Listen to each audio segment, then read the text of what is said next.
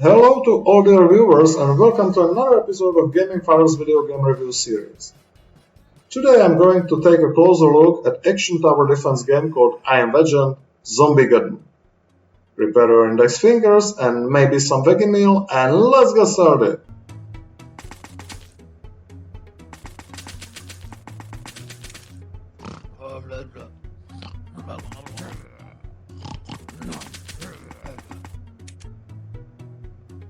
The story of the game, well, if we can talk about something like this, is very simple.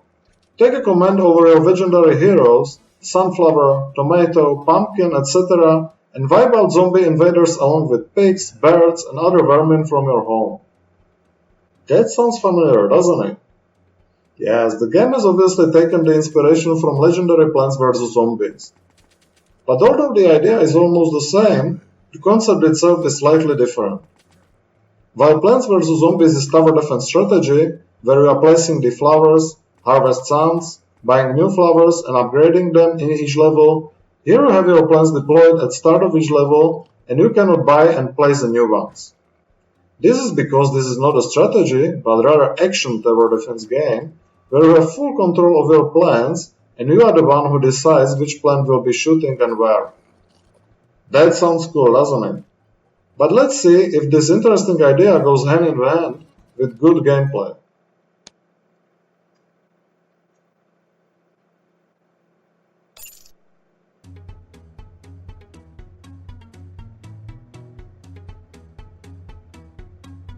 And here I have no plans, but just controlling the airplanes, bombing the zombies.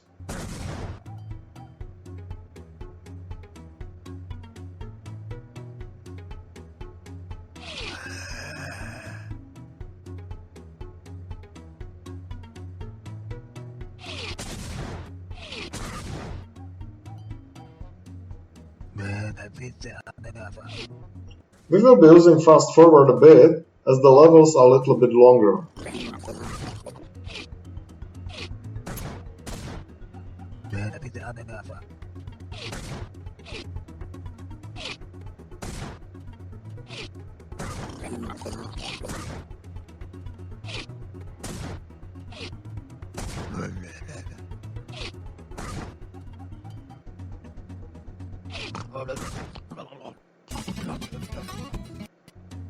The basic idea is the same as in most of tower defense games. In one part of the screen you have your soldiers, in other part are the enemies that try to get to your end, and your army needs to use all force possible not to allow them to get there. So you choose the plant, aim your weapon in form of seeds or tomatoes, and shoot as much as possible. You have the limited ammo though, and then your plant needs some time to reload, so you need to use smart tactics and to shoot the opponents with the right weapons. Sunflower has got fast cadence, but you need to hit your opponents many times to get rid of them. While Tomato Soldier has slow cadence, but it is usually enough to hit the enemy once or twice, and even to get rid of more of them if they are close to each other. Pumpkin is not shooting, but jump at designated place and explode in the presence of villains, so you can kill more enemies at once.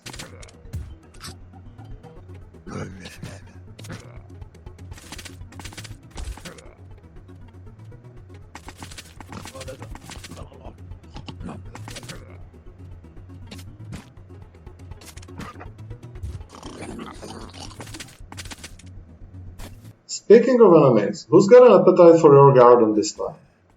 There are basic wicked zombies, armored pigs, zombies throwing gravestones serving as a shields for the others, zombies in airplanes landing paratroopers, zombies flying on balloons, and so on. There are neither many types of your soldiers nor many types of enemies in the game. So what other tools have the developers to prevent the game from becoming stereotype soon?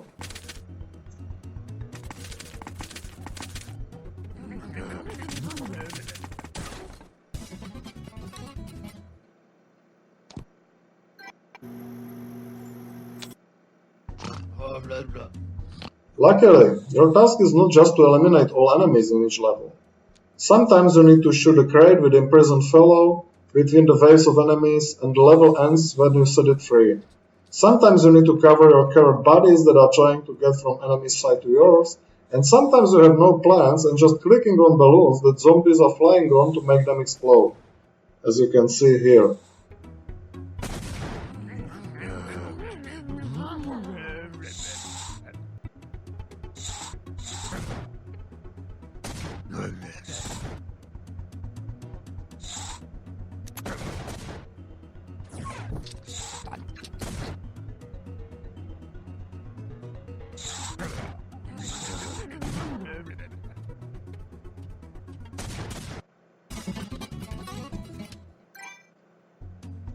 The other elements that try to delay the feeling of stereotype are the power-ups. You can promote your plans, like in the army to increase the power of their shoots, or to buy various upgrades like first aids that will replenish seed sacks that zombies are after, untouchable power-up that slows down or stops zombies for a while, and airstrike which eliminates almost all zombies that are currently on the screen. Unfortunately, there is not many of them, and they are expensive, so you rather spend your coins on upgrading your plans.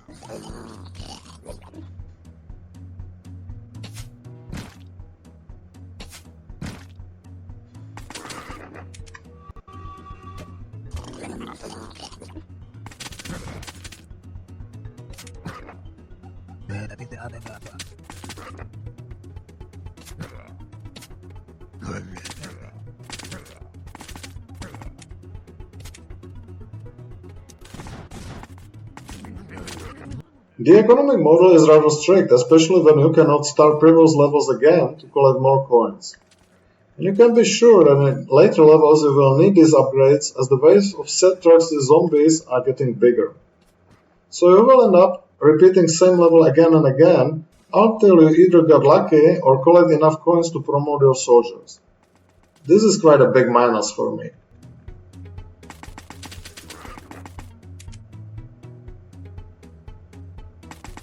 The graphics of the game is in comic style which suits the game.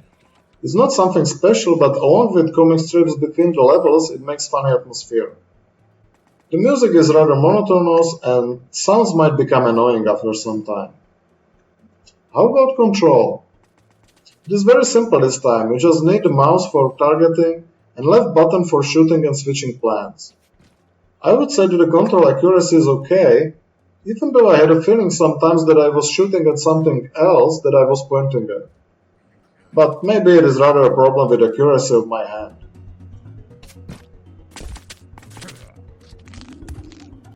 So let's summarize the impressions from the game. On the plus side are the fact that the game is easy to learn, instant playability and funny concept. On the minus side are stereotype after some time, poor economic model and low variability of both your soldiers and enemies, and also the power-ups. The standard price of the game is €2 on Steam that is worth to spend to try it in my opinion. I'm giving this funny action tower defense game thumbs up with reservations and Gaming Father's index 6 out of 10. Thank you for spending your time by watching my video and see you again next time.